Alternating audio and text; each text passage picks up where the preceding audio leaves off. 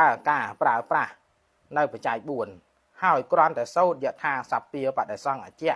ជាបល័យសុទ្ធមិនយល់អត្ថន័យតើអាចដោះបំណុលរួចឬទេ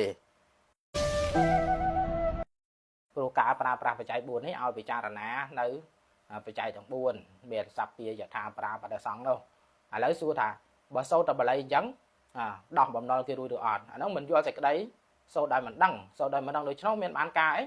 ព្រោះបរិសុទ្ធដោយបញ្ញាពិចារណានេះហើយបើយើងអត់ដឹងថាធម៌នឹងថាម៉េចផងដឹងប្រែថាម៉េចចេះតែសូត្រទៅយថាបច្ចយ៉ាងប្រវត្តិមានាំង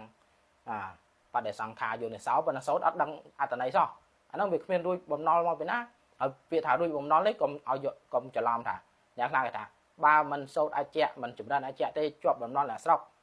ជាប់បំណុលអ្នកស្រុកតាមពិតមិនមែនជាប់បំណុលអ្នកស្រុកទេវាជាប់ខ្ញុំតណ្ហាខ្លួនឯងនេះវាជាប់នឹងបច្ច័យ4ដោយមិនបានពិចារណានៅចតុបច្ច័យអ្នកស្រុកគេឲ្យយើងហើយបច្ច័យ4នោះគេប្រគេនឲ្យសតិហើយប៉ុន្តែយើងដែលជាប់ពាក្យថាជាប់បំណុលតណ្ហាខ្ញុំតណ្ហាដោយសារតែប្រើប្រាស់នៅបច្ច័យ4ដោយមិនមានសតិពិចារណាយើងសរុបមកវិញថាតើតែសូត្រពិចារណានោះតើតែដឹងអត្ថន័យបើសូត្រសម្រាយសុទ្ធ